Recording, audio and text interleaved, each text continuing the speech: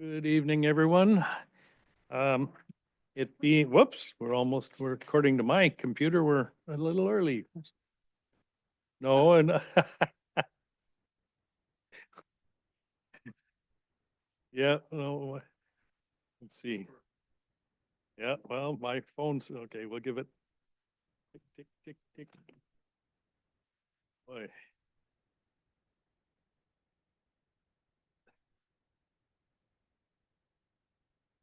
Good evening, everyone. It being precisely 7 PM. I'll call the meeting of council to order. We have an agenda in front of us, including the land acknowledgement. Council, anything you have concerns about on the agenda? Any conflicts? Any amendments? Not, a motion to adopt is presented, please. Seconded, all in favor? Adopted. So there are no delegations, so we jump right into it. I believe we have Mr. Tyson Baker on the line as well for item 5.1. There he is, like magic. Oh, and I think anybody on Zoom will notice that Councillor Rowe is with us online. Okay, so how do you wish to proceed, Mr. Yates? Are we okay with everything? Thank you. Mr. Baker, do you want to take us through this 5883 Cowrie? Absolutely. Thank you, Council. So yes, before you is a development variance permit application rather, for a property located at 5883 Cowrie Street. The purpose of this application is to enable the construction of two quadplexes on the property. And the variance is requested to increase the maximum height of individual retaining wall segments from 1.2 meters to 1.22 meters, so a difference of 2 centimeters there. And also to reduce the horizontal to vertical ratio for retaining wall from 2:1 to 0.521. So using the height of the segments, the retaining wall should be 1.22 meters to every 2.44 meters. In actuality, the height would be 1.22 meters to every 0.6 meters. So we're essentially reducing the depth of each retaining wall before it goes up and over. So the benefit of the retaining walls being closer together is that it would eliminate the need for blasting rock that would create a 5-meter cut in the rock face along the western property line. This is what was originally proposed in a previously approved development permit application. So the variance is instead preferred as it would mitigate noise disruption to adjacent properties and eliminate visual pollution from an altered rock face, as the proposed two quadplexes would be predominantly constructed on top of the rock mound rather than into it. So therefore, staff recommend that the variance be approved. This concludes staff's introduction to the application. And of course, we're here to answer any questions the best we can. And I believe the applicant and their engineer is also in the gallery should there be any specific questions for them. Thank you. Very good. Thank you, Mr. Baker. Okay, council, this is before us. Everybody, yes, Councillor Shepherd. Thanks for the quick explanation. A quick question on process. Is this not something that would come to a variance board? I don't know if any one of us are experts on ratios, what ratios should be used. So I guess my first question is, well, A, I appreciate it coming to us before they actually build it. But secondly, isn't there a variance board who would look at this kind of thing? Thank you. Okay, I'll turn that to who would like to take that. Mr. Allen? Thank you. A great question. We know that this is complex and unusual and was a little bit wondering how best to explain this when we did bring it forward to you folks this evening. But there are two methods for seeking approval for a variance. Development variance permit, which is considered by mayor and council. And then there's a board of variance.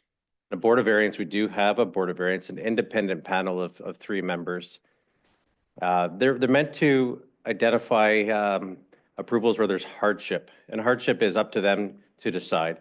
I think if we were to advise clients, we would say if this is something that is about design and improving design, then perhaps it's not hardship and best suited for this venue. But that said, we recognize it's challenging, difficult, and our retaining wall regulations are based around the guidelines from the engineers and association, but we can modify them if the applicants have an engineer that can certify that it will be constructed safely. This being a unique site in that it is all bedrock slope, just across from Chatleach and the skateboard park, and that creates the uniqueness of it.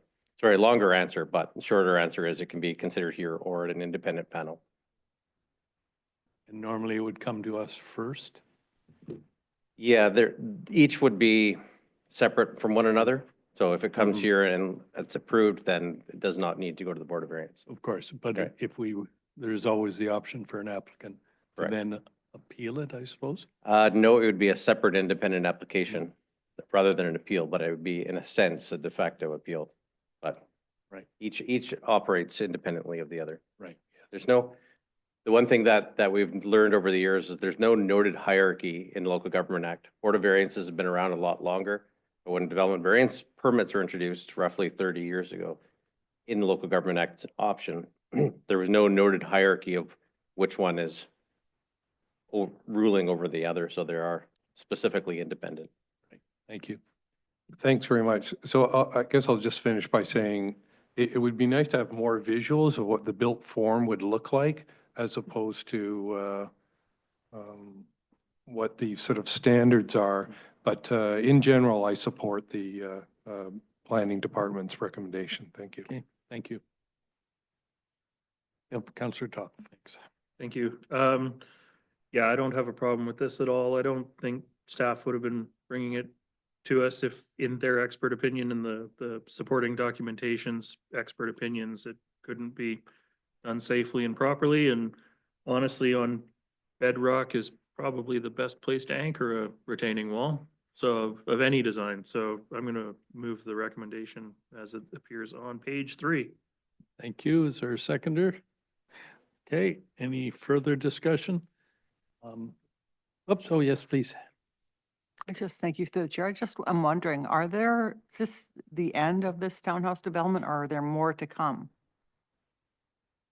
It seems to me they do, a couple of buildings Councillor. and then a couple more. But I don't know. I don't know what their overall plan is for that, how much they own or what their plans are, but it just seems to me, yeah, if we do 2 at a time like this, we do find we're trying to set them in to the rock. And I'm just wondering, in the future, maybe if we could see the overall plan and maybe work with the rock a little more instead of setting buildings into the rock this way. Thanks. Okay, thank you. Okay, I guess, well, in terms of the map that we have, the property that's owned is, this is the second phase, right? So this is the whole property.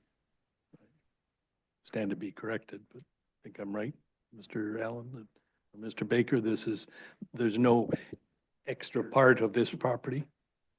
I don't believe so, but the applicant is within the gallery, so perhaps they could clarify what their future intentions are. If they're proposing any more development beyond this. Okay, so my question, and maybe Mr. Chester Pankowitz can clarify. So within this PID, this property, is there any capacity to add other units than other buildings? So.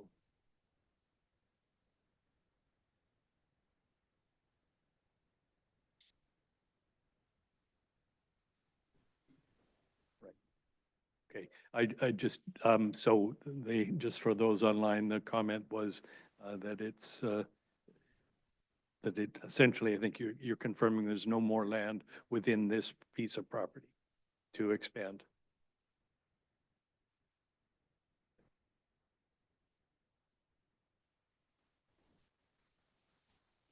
On this property? Okay, Right, so any new property would be, any new, would be a full new application. Right, okay. I make that point because I don't think, you know, at this stage, we've got this before us to approve based on whether we wish to approve it or not for this application. If there's something new coming to us later, we'll deal with it. And I'm sure people have heard your comments, Councillor McLaughlin. Can I ask, I noticed coincidentally in the next agenda item, they were required for a retaining wall assurance statement. This is this not something we need for, this goes to your question, Councillor Shepherd, we're not experts, so perhaps it's a dumb question, but we need it, or do we have it, or? We'll defer that to the building permit application and be part of the package. Upon us providing the assumption that the development permit is approved and they move to building permit, there's a number of appendices that must be submitted to drawings and certified by engineers, the coordinating registered professional, including assurance statements, landslide assessment, retaining So wall it's- assurance, et okay. cetera. Yeah. Great, thank you. So it's not different, it's just timing. Very good. All right, thank you. Anything else, council? Councillor Rowe, you okay? Yep. All right, call the question. All in favor? Carried. Great. Thank you, Mr. Baker. And before you leave, you can talk about the next item on the agenda. Oh, yes, that's right. So we're on page 20, and Mr. Baker, the floor is yours. Absolutely. This is quite a large one, so I'll try to summarize the best I can. So this is a development permit for form and character with a variance attached to it for a property located at 6086 Boyce Island Drive. So the development permit portion is to permit the future construction of a 20-room resort and conference center with an additional 12 rental cabins on the subject property. The proposal would add dedicated tourism accommodation to Seashell, as well as potentially adding up to approximately 40 jobs. The proposed development is subject to development permit area number 9, which is for commercial areas outside of the downtown. Upon review of the development measuring against the design guidelines, it appears that the proposal meets the objectives and guidelines of the development permit area number 9 overall. The project meets the C2 zoning and parking regulations aside from the front setback variance. There was a previous development permit for pretty much the same development that's being presented now, and that was approved in 2018, but it lapsed in 2020 due to no significant activity occurring on the property. So this is essentially a reapplication. The variance portion of this application. So the reason why there's a variance is because the district would like to take a portion of the subject property abutting Ripple Way, and in order to accommodate a public stairwell or stairway rather. So this would of course alter the location of the property line, essentially moving it forward or moving it into the subject property, therefore affecting the setback from the nearest cabin. So without dedication, there would be no need for variance, but because the district would like to take some dedication, a variance is now required. So that variance is to go from 6 meters to 3 meters from the front lot line setback. And that summarizes the application. The applicants are in the gallery as well. If there's any questions, should council have as well. Thank you. Very good. Thank you, Mr. Baker. All right, folks. This project, as we've heard, has been on the books for a while. Who wants to go first? Councillor Toth and then Councillor Inkster. Thank you. Just a quick question to confirm that I'm looking at this correctly. I'm looking at the drawing on page 33 in the agenda, and it looks like this property is intended to have access from both Ripple Way and Boys Island Drive. I'm just looking for a confirmation there, because that will potentially help with, traffic management for the neighborhood. Yes, thanks for the question, Counselor. So yes, so the predominant access will be from Ripple Way, but there is also access from Boyce Island Drive. Okay, thank you, Counselor Inkster. I don't have a problem with this. The structure is district amenity and it's not a building structure, it's a cement structure, so it's not affected by our regular concerns.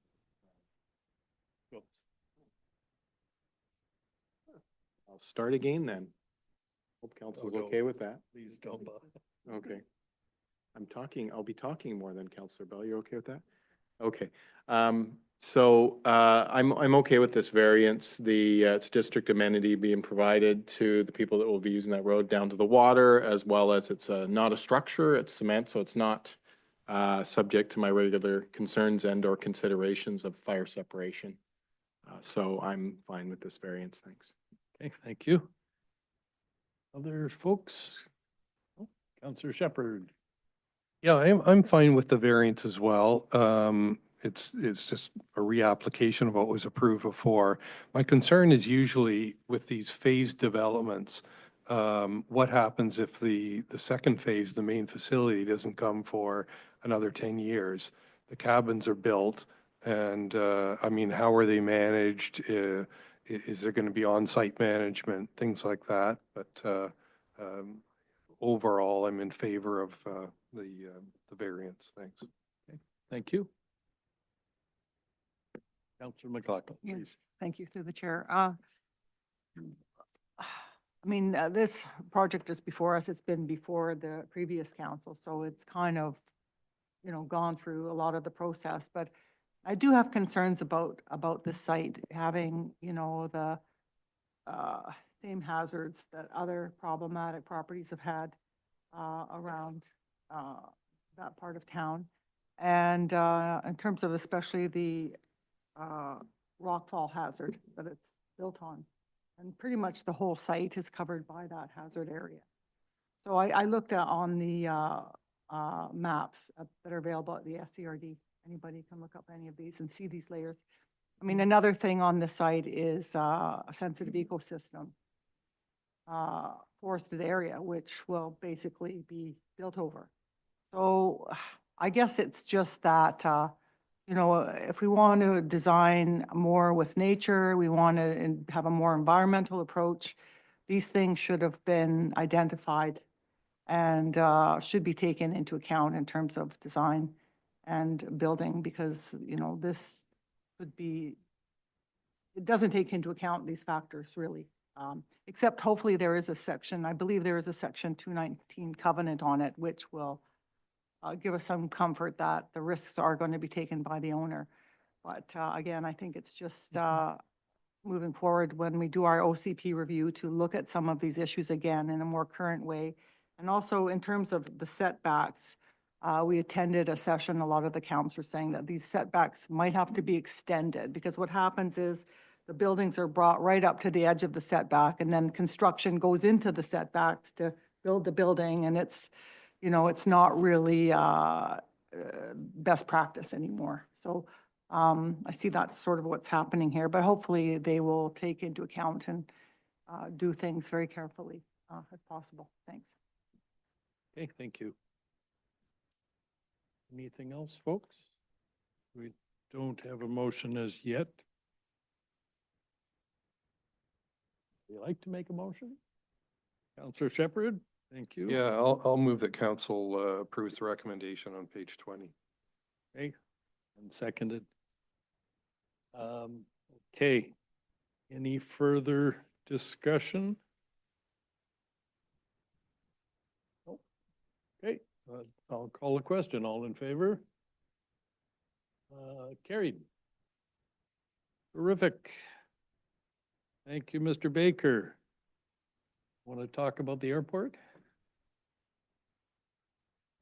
Okay, council will go to item 5.3, and this is perhaps we'll Mr. Douglas, but I think it's pretty self-explanatory to appoint Luke Gordon. Motion? I will move the recommendation on page 213. Seconded. Okay. Any discussion? Favor? Carried. All right. So. Great. Okay, so we go to item 7.1, which is the minutes of the meeting of December 18th. And anything that council anybody caught up?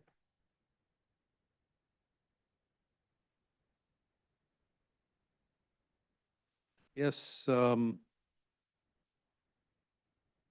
yeah, I think we can, I've got something to say in business arising, but the only issue that I was concerned with, and I've expressed this to council and staff, was on page 217, which reference to community amenity negotiations in the resolution at the top. I was educated a few minutes ago that that term, I've always assumed that term was somehow in legislation, but I've been assured that it isn't.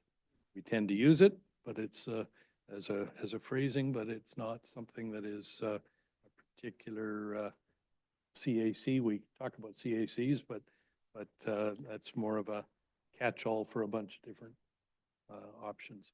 So I think my concern was that I don't believe we were committed to negotiating an agreement between any other parties. So that was where I was concerned. But given there's no legal definition of community amenity, I can live with the minutes as prepared.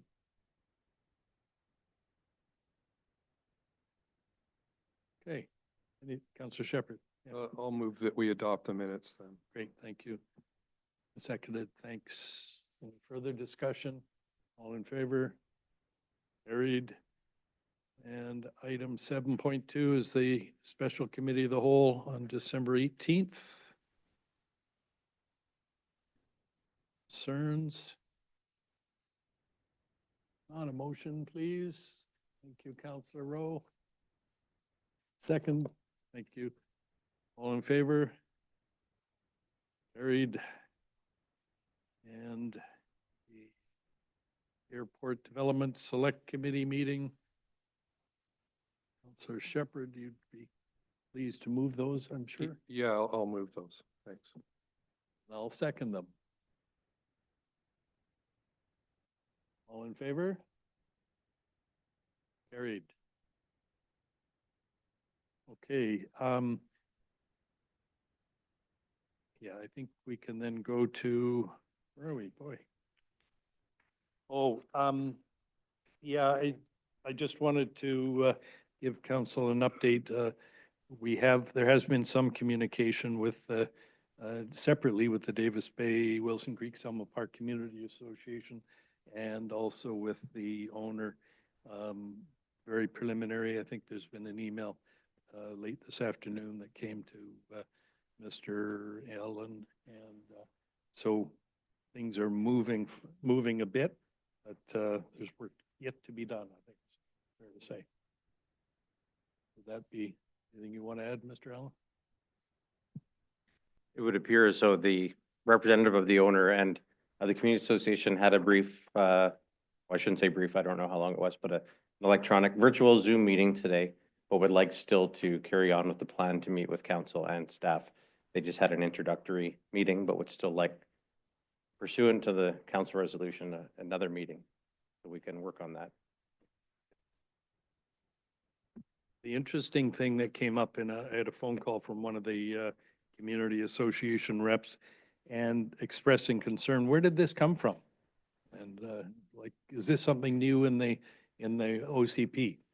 And I was able to assure him that it was not something that had appeared out of thin air or recent. But, you know, certainly in defense, I think there's a recognition now from this one project of what could this look like for all of Davis Bay? And is that what they want as a community? And I think as we go through the OCP process, I'm sure we'll hear more from the community about that. Is this what they want on the waterfront in Davis Bay? Councilor Inkster. Yeah, I don't, you received the phone call. I did not. I'm assuming based on supposition of the request to ask where it came from and or the comment that people would be concerned and or worried that this would set precedent for a number of tall buildings in that area. No, this is the that what- comment, no, this is No? not, no, the issue of precedent, I think Mr. Allen addressed that in December, that a variance does not in itself convey a precedent that can be relied on in a future variance application to the council. But the comment was, wait a minute, the OCP says 8.5 meters. Yeah. And the flood construction level of the 2 meter definition. Yeah. And wait a minute, where did that come from? Is, I think, the way the reaction was. So it's not about this project. It's rather about our current OCP allows that height all the way along. So if there's future development, will they all be at that 8.5 meter? So there's nothing mysterious or inappropriate. They're just saying, hey, this is something we didn't quite get our minds around some years ago, and we'd like to, now we've got one, and we'd like to talk about it. I guess they need to be sent the Davis Bay Community Plan, Well, Yeah. it's the OCP. the OCP. Yeah. Community Plan. Right. Yeah. Okay, so that's, I think, what I just wanted to keep council apprised of those developments. Without further ado, we can go to item 9.1 and we'll turn to Councillor Inkster, no? Councillor Top, who wants to go first? Guess I'm going first. Only a couple things I'm gonna report out on, and then Counselor Inkster can fill in what I've forgotten already. Last 2 days at the regional district have been round two budget. We did wrap up yesterday around lunchtime. The numbers still need to be, like, I only got the sheet last night at like 7 o'clock at night, so the numbers have to be confirmed before I forward them to the council. But we're looking at about a 3.5% increase for the district of Seashelt, which ends up being about $11 a year for the average home. So we've made out quite fortunately in the budget process at the regional district this year. A big ticket thing for all of the rural areas and the town of Gibson's is paid on call compensation for their fire departments. So, you know, in contrast, the town of Gibson's is looking at 10.01% to their taxation for this year to cover off the costs associated with paid on call for the fire departments that they oversee and they pay for. The finance committee also recommended including the Langdale Wellfield construction in the 2025 budget. So that's about $13 million in borrowing that's going to be required. So there will be an AAP or referendum, some form of elector approval process that needs to be undertaken for that. And the rural areas contributed just over $4 million in their community works funds to that project, and $600,000 in growing communities funds from the SCRD went into that project as well. So that 4.5, almost $5 million worth of contributions means that the loan financing is lower for everybody, including the district of Seashell taxpayers. And then today, we've got an HR committee of 4, and we had a full day of CAO recruitment interviews today. So we've got another round scheduled for the whole board later in the month. But yeah, I actually totally forgotten we had this meeting tonight until about 2 o'clock this afternoon, because it's been that kind of a few days. And so I think I'll leave it there and let Director Inkster fill in what I missed. Very good. Councillor Inkster. Yeah, thank you. As was mentioned, a couple of long days of meetings, and I wasn't sure if Councillor Toth did mention, maybe he did. I think it's 7 to 10% for the rest of the areas. And ours is, as was mentioned, 3.5. So it's quite a difference between what our changes in taxes are and what theirs are, although one of theirs is affected by a service that we contribute to the district of Seashell that many of them contribute through the regional district. So that's why there's that change, but it still will affect their taxes based on the larger taxes they pay. So the larger percentage means a larger amount of change. But as was mentioned, we'll see how the water project goes through. The public process that was mentioned, Langdale back on as discussion and or proposed. And as this council knows, and as Councillor Director Toth has mentioned before, and myself, is that it's in a sense creating some water redundancy at the regional district to start looking at these other things such as wells and sea shelf that we're still looking at, and or the well in the aquifer around Gibson's, in order to create redundancy so we have water throughout the year. And I'm hoping that with this, and that we have enough water always going forward. I just wanted to mention though as well, a lot of the interesting piece for the regional district, one of the problems they're dealing with is parks, the expense of their parks. And I think one of their challenges is they have to, and something I hope we never have, and it's all about how we do things, is the challenge of the expenditure of park workers have to come from one location generally to go to do work in their parks, and that could mean they're only on site for less hours than we put our own crews on our parks. So they're dealing with saying yes or no to projects and or park maintenance that we at the District of Sechelt, in a sense, have the luxury over a number of years of properly budgeting that item to not be dealing with them having to decide to cut things and getting pushed back in their community from important projects.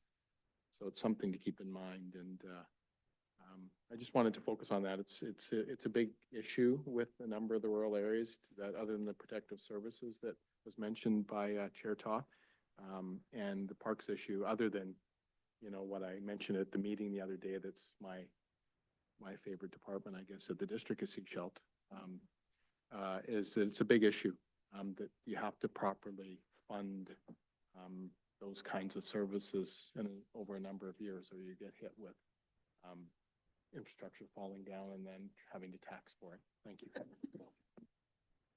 Councillor Toth wants a rebuttal. No, it's not even a rebuttal, so I mean, it sure feels like it, doesn't it?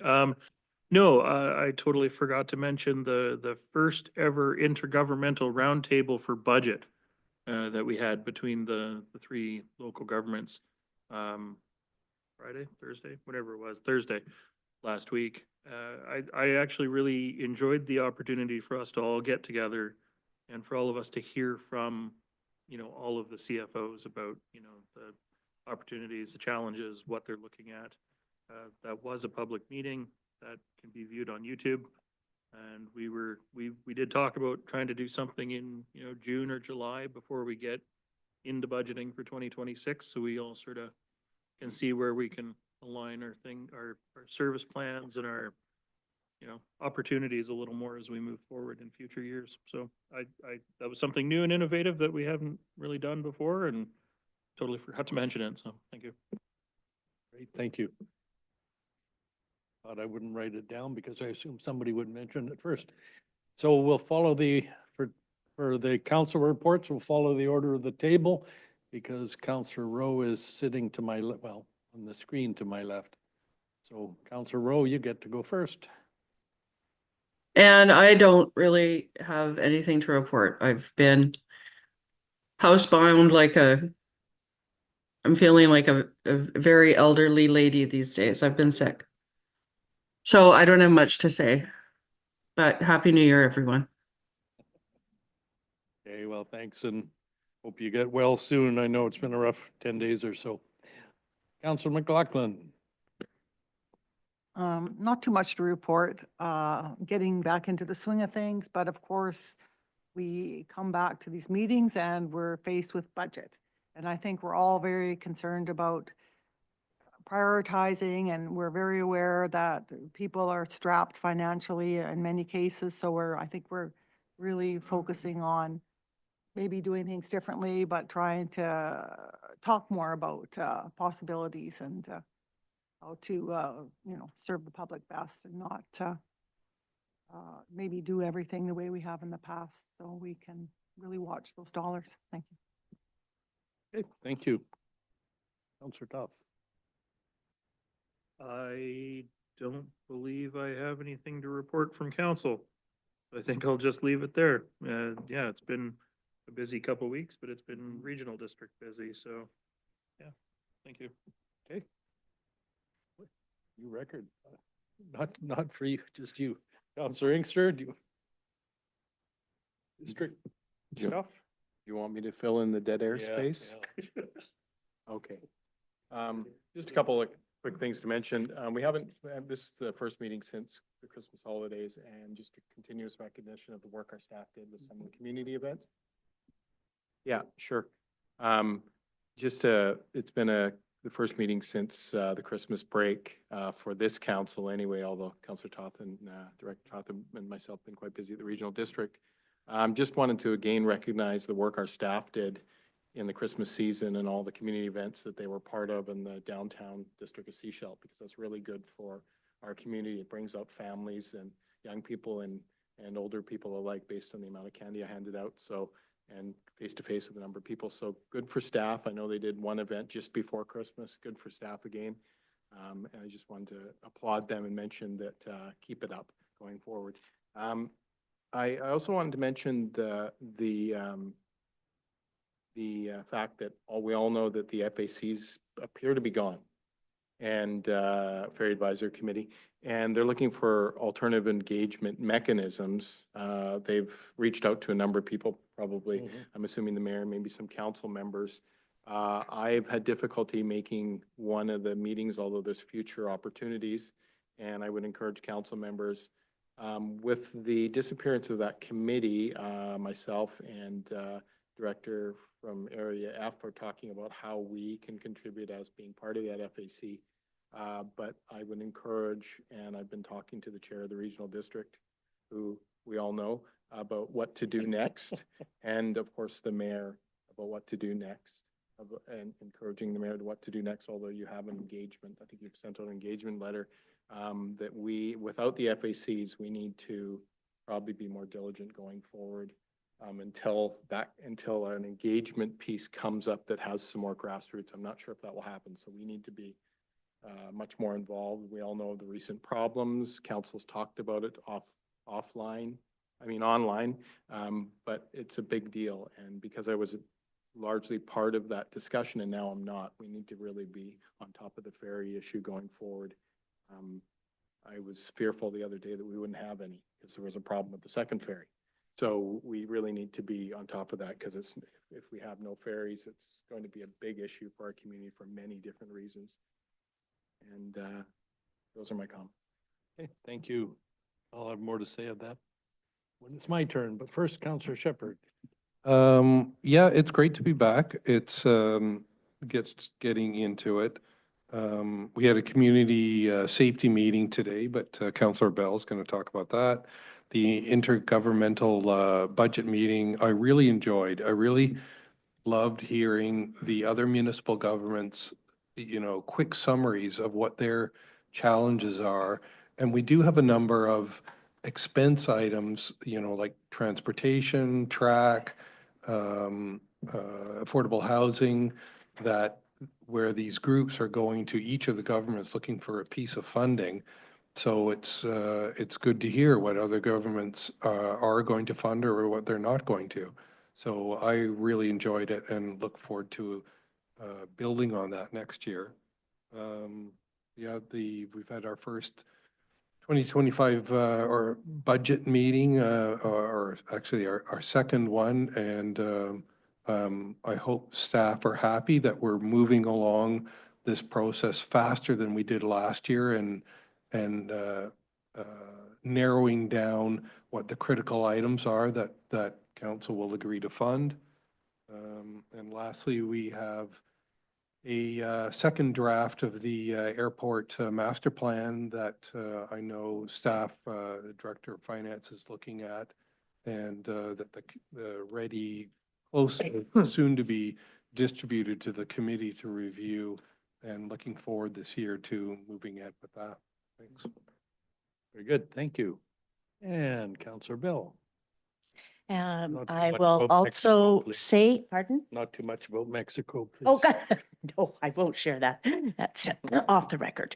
So Happy New Year to everyone. And I'm glad to be back.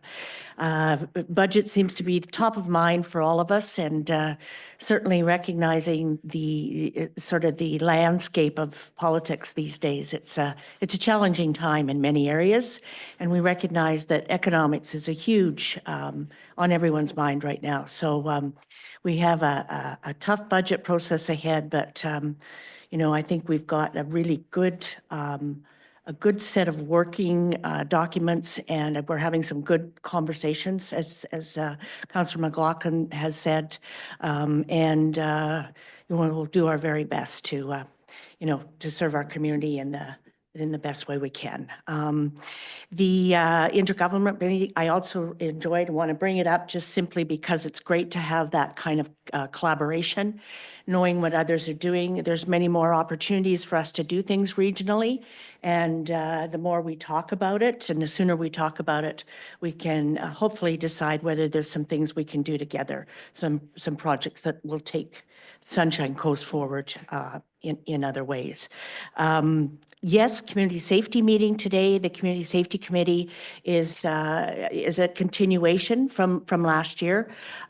We had a great meeting, just really looking at where we've come from, information that we have to work with, and we feel that we're getting closer to at least put some of these things into work plans. We have many themes that have come up and are consistent. The next step will be to look at budget and determine what we can do around budget, putting it into the District of Sechelt budget. So what I want to say is we've got a very, very committed group of people from all the sectors that really need to be involved. And we talked about today who we might add. And so we've got at least another 5 people that we want to add to the committee, which we include the Nation Committee, or Nation, and Restorative Justice, and so on. So I think we've got a very solid, very committed group of people that really want to work hard and are dedicated to try and improve on some of the things to make our community feel safer and be safer. So I want to thank them as well. Happy New Year, everyone. Thank you, Counselor Bell. Okay, so yeah, I won't repeat what has been said, but it was a fun, if rather wet Christmas for I think much of the time, but that's all right, better than snow. On a bit of a negative, you'll have read, of course, we've had a couple of fairly high-profile retailers that have closed their doors. And I just want to, I'm aware some of the other retailers and F&B operations are struggling. So it's by way of encouragement, get out and support these merchants, please. They need our support. No amount is too small. So make the extra effort to, well, of course, shop local, but get out and eat local as well. Councillor Inkster referenced, I did send a letter from the Office of the Mayor to the management, Mr. Jimenez, and the chair, Ms. McPhail of BC Ferries. We all, I think, were impacted by, or indirectly or directly by, the January 1st shutdown, where the breakdown, where the ferry was unavailable for several hours. I know friends that missed an international flight. And I think that's the issue in the letter, which certainly is widely out there right now. But, when I think I can speak for a number of us, as you get older, you just can't keep going as reliably. And even though there's potentially 7 or 8 or 9 years life left on the Queen of Surrey, she's an older vessel and she's bound to break down in the sometimes between now and then. So I'm hoping that if we put heads together, including with a FAC 2.0 or whatever it is, the next generation, whatever, but we need to come up with some solutions that will backstop this, and they won't be cheap and they won't be easy, but the impact of not having reliable service is a lot more serious than just missing a doctor's appointment or a flight. It's about confidence in coming to the coast. So I think it's something I feel very strongly about, and will certainly be working with the rest, the mayor of Gibson's and the mayor of Powell River, where I talked to them before the letter went out. I'll also just pick up on Councillor Inkster's appreciation for staff by adding, did you know that some of our office staff have been experiencing what it's like to be outside workers?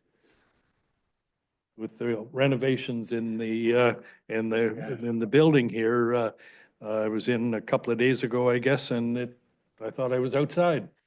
So, and I was outside because a giant window was off. So, I didn't go back to find out if the windows are back, but they're back. Okay, I'm getting nods. So, so thank you to staff for persevering through that. I gather it's another month or more before we're done, and hang in there.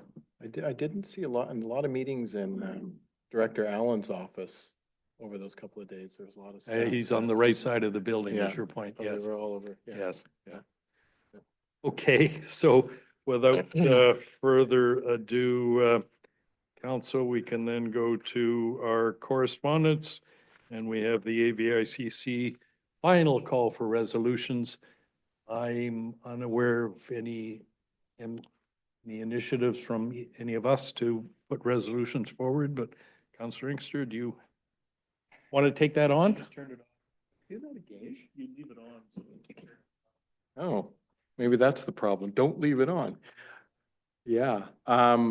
So we obviously a number of these resolutions go and nothing happens and or forgotten. One that I have brought up at the regional district and I want to bring up here is derelict vessels. One of the problems with that issue is that it's probably 10 resolutions on derelict vessels over the last number of years. I didn't want to necessarily create another one to sit somewhere, but it's an issue like ferries that we should be serious about. I know that Councillor Bell is aware of the concerns over derelict vessels, and yourself. So it's another one we need to put on our dockets and or our to-do list because of the problems that I foresee occurring in Porpoise Bay and in a particular couple of areas where there's rafting occurring and some of the strange things that are happening in those rafting areas. So I'm saying to council, I don't know what we can do, but we need to find a way to start talking about this more at this table again, because as we don't talk about end or delay, actually more vessels are added. It's not less vessels that just disappear. Well, sadly, some of them sink. That's how they disappear. But we really need to talk about it's part of this issue of not putting yet another resolution. I think it'd be the 11th in the last few years, but we really need to start talking about derelict vessels. Thanks. Yes, I agree, and I see Councillor Rose hand up. Oh, she does. She has a voice. I'd like to talk about putting a resolution forward. Maybe this is something that Powell River would like to join us with, since they hijacked our other resolution. They might be interested. But I would like to put forward that UBCM advocate to the Ministry of Housing to make it necessary for nonprofits that come into communities as a nonprofit operator of supportive housing and shelters, that it's a requirement that they have a good neighbor agreement with the municipality that sets out expectations, communication, all that sort of stuff. I haven't really fleshed it out, but I'd kind of like to test the waters at AVICC with that, because there's an expectation that we're here to deal with any of the issues around that on our own. Just, and for people watching, AVICC meetings are in April 11th to 13th. So resolutions to get into the book so we can debate them. Councillor Toth. Thank you. I'm supportive of us, working on coming up with something, recognizing we're not gonna try and wordsmith a resolution here at a council meeting. No, The deadline is February 6th at Yeah. NFA, which is a Thursday. And I believe February 5th is a council meeting because that's the first Wednesday. So perhaps between now and agenda publication for that council meeting, we can work on something offline and Yeah. if council is otherwise supportive of us trying to come up with something. Yeah. just for context, when a review was done in Coquitlam, an independent review of their supportive housing, it was one of the recommendations that went back to BC Housing was that they enter into a good neighbor agreement with the city of Coquitlam. I'm not sure that that actually happened, but it's not without precedent, but I think the ministry should require it. Of Okay. in every situation. Okay, I think procedurally, I don't see anybody going, that's a bad idea. So I think you can assume if you, Counselor Toth, are gonna help Counselor Rowe craft something, well, sounds, I'm looking. We'll get a favorable response when you bring it to us. Yeah.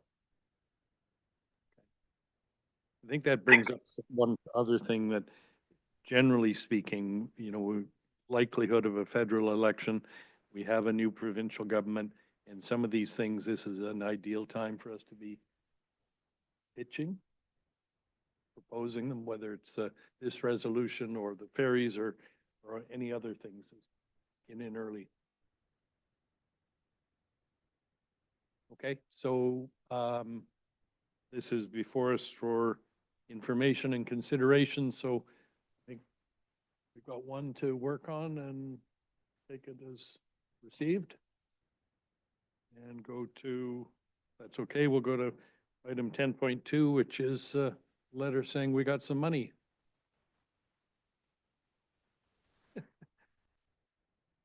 Off camera, our Director of Finance is nodding vigorously with a smile. Great. Counselor Top? Thank you. Recognizing that this is the second payment for 2024, 2025, is this amount reflective of the new funding agreement for Community Works Fund, or is it, or are we going to see a different amount going forward? I'd have to check on that first. Yeah, this is second one. This will be under the existing agreement, so the new thing would kick in after April 1st. Right? So, well, the $278,000 is happily accepted. Missing a zero. Okay, council, that is all we have on the agenda. And nothing to release from closed. There's nothing else, then motion to adjourn. All in favor? Great. All right, anybody online?